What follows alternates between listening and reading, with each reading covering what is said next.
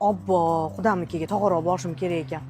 Qayerdan olsamkina? Xudo xola, endi qizingiznikida bo'ladigan yig'inlardan 100% qocha olmaysiz. Sababi men sizga hamyonbop narxda uyaltirmaydigan norin qayerda tayyorlanishini topib qo'ydim. Qayerda bor ekan shunaqasi? Rixus milliy taomlarida norin 10 yildan beri tayyorlanadi. Mazasiga ham gap yo'q. Xohlasangiz mol go'shtidan, xohlasangiz ot go'shtidan, xohlasangiz esa mix norin ham bor. Mol go'shtili norinning 1 kilogrammi 120 ming so'm, ot go'shtiniki esa 115 ming so'm, mix norinniki 118 ming so'm. Har kuni svejiy to'g'rashadi. Xamirini qarang, kokildek bo'lib ketgan o'zi ham. Norin chopi xoliga bitta lak bosib ketinglar shu joyida. Xursand bo'lib qolishsin. Bu ot go'shti, bu mol go'shti. Mazasi ham yaxshi. Qisqasi olib borgan joyingizda umuman uyaltirmaydi. To'g'raga ham ukrasheniyalari bilan qilib berishadi. Xohlasangiz qazisi bilan, xohlasangiz kulchatoylari bilan. Ishonmasangiz o'zingiz kelib ko'ring. Rixus milliy taomlari Toshkent shahrini Algoritm, Malika va Shahristonda filiallari bor. Bu videoni yaqin orada qudasinikiga bormoqchi bo'lib yurgan opaxon va onaxonlarga yuborib qo'ying.